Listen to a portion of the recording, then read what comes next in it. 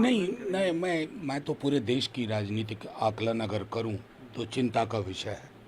नाम पूछ करके किसी को लिंच कर दोगे, रेस्टोरेंट वालों से पूछोगे कौन जात हो भाई, कौन धर्म हो, उस हिसाब से चलोगे, उसकी पिटाई कर दोगे सड़क पे, भाषा के नाम पर, धर्म के नाम पर, जाति के नाम पर। मैं समझता हूं कि एक समग्रता में अगर हमने इन चीज़ों को नहीं देखा तो आने वाले दिनों में बहुत मुश्किल होगी इस देश के लिए, क्योंकि नफरत की राजनीति करके सीढ़ी चढ़ करके ऊपर पहुंचने का फॉर्मूला कई लोगों ने हासिल कर लिया। उसमें जो सचमुच के ऊपर वाले लोग हैं वो भी उतने ही गुनहगार हैं जो अब तक ऊपर नहीं पहुंचे हैं।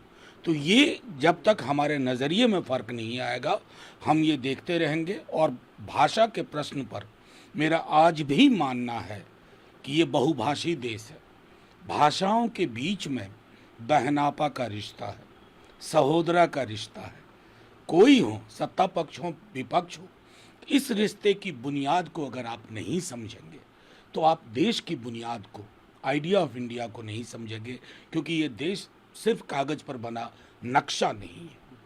उद्धव ठाकरे ने एक राजनीतिक पार्टी के झंडे को लेकर जो बयान दिया, उन्होंने कहा कि बर्तन से साफ, उस झंडे के मतलब झंडे से बर्तन साफ करने चाहिए, जिस पर बीजेपी ने कहा कि पहले तो आपको हर किसी के झंडे का जो है सम्मान करना चाहिए, चाहे आप किसी भी पार्टी में हो। हालांकि उन्होंने ये भी कह दिया कि आप जिसके साथ खड़े हैं, उन्होंने तो राष्ट्रगान में जो है खड़े होने पर भी सवाल खड़े कर दिए थे, नहीं किए थे। ये सारी चीज़ें क्यों हो रही हैं?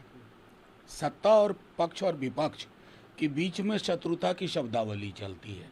अरे हम प्रतिस्पर्धी हैं, दो अलग विचार के लोग हैं, लेकिन दुश्मन नहीं हैं।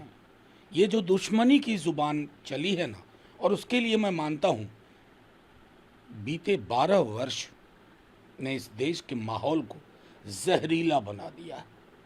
जहर बोने वाले को भी ठहर करके सोचना होगा कि कितना जहर ये मुल्क, ये देश, भारतवर्ष और बर्दाश्त कर पाएगा।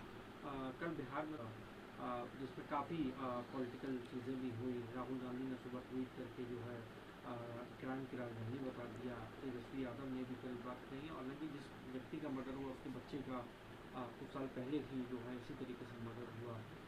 चुनावों से पहले इस तरह की घटना, उधर सीएम कह रहे हैं कि हम कार्रवाई करेंगे, राजपाल साहब नहीं, देखिए सीएम तो तब कार्रवाई करेंगे ना जब सीएम सचेतन हो, उनको सारी जानकारी मिल रही हो। बिहार उनके हाथ में अब नहीं है। बिहार जिनके हाथ में, वो दिल्ली दरबार में बैठे हुए हैं, उनके हाथ में सीधे तौर पे बिहार है। और आप कह रहे हैं कल एक घटना हुई, आप मुझे ये बताएं कि किस दिन ये एक घटना नहीं हुई है? किस दिन? बिहार का कौन सा जिला है जिस दिन ये इस प्रकार की घटना नहीं हुई? अभी मुजफ्फरपुर का जख्म हरा ही है, भरा नहीं। और गोपाल खेमका जी की हत्या होती है। आप जानते हैं वो जगह कौन सी है? थाने से 200 मीटर दूर, मुख्यमंत्री आवास से 2.25 किलोमीटर दूर। और अब तुर्रा ये कार्रवाई होगी। चिराग वापस कर पाओगे जिन घरों के बुझ रहे हैं?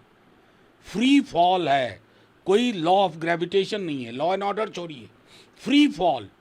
क्रिमिनल्स को लग रहा है सरकार तो अपनी है, और जब ऐसा एहसास हो जाता है ना तो वो राज्य अराजकता का प्रतीक बन जाता है। बिहार आज की डेट में अराजकता का पर्यायवाची बन चुका है।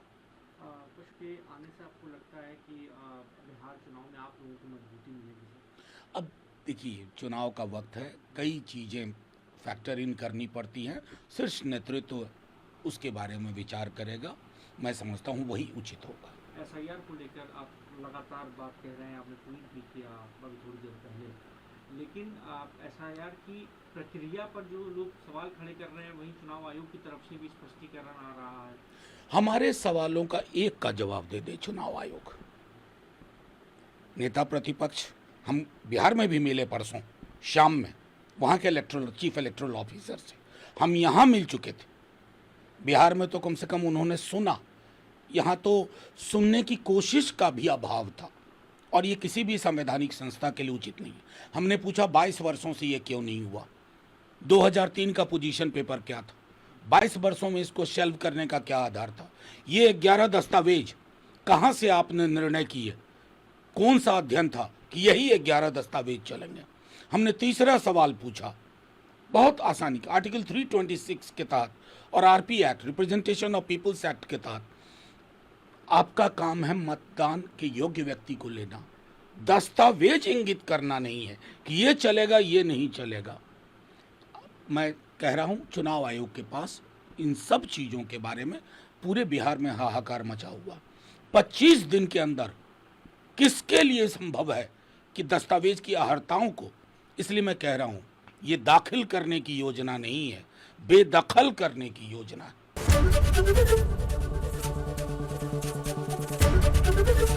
एबीपी गंगा, खबर आपकी, जुबान आपकी।